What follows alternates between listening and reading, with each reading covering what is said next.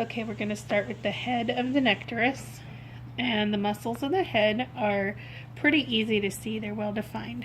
So we have the adductor mandibulae, which consists of two major muscles. One is this big C-shaped muscle here, and that is the levator mandibulae externus, and then we have the levator mandibulae anterior, which make up that adductor mandibulae complex. Next we have the brachiohyoideus, which is this big, thick, round muscle here.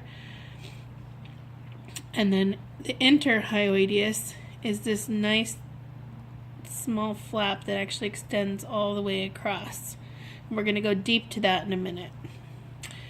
So next we're going to come down the back here of the head, and we have, this is the beginning right after this kind of braided band of muscles. This is the beginning of the dorsalis trunci, and that extends all the way down the back of the Necturus. So the dorsalis trunci goes all the way down and is divided by the dorsal septum. Then we also have the horizontal septum, which divides dorsalis trunci from the external oblique muscles. So for the front limb, we have a few muscles. The major one, I'm going to isolate them right here. It's actually easier if you go from the back forward.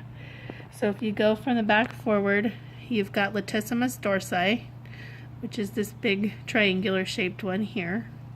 Big being relative, of course. Then you have this other large muscle here. That's the dorsalis scapulae. And then one in front of it, there's two small muscles here. One in front of dorsalis scapulae is the cucularis, that magical little muscle. Okay, next we have the triceps brachii, which is this nice rounded muscle right here.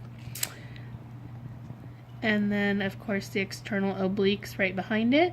You can actually see the striations up close and see them coming back.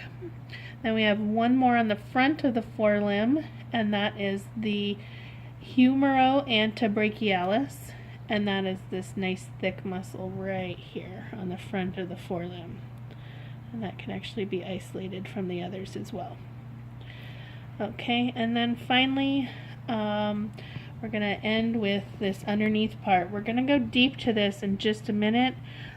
Before we go deep, we want to point out that this muscle that runs right along the bottom of the jaw is the intermandibularis, and that's another one to pay attention to. Now we're going to cut back this interhyoideus and see the muscles underneath.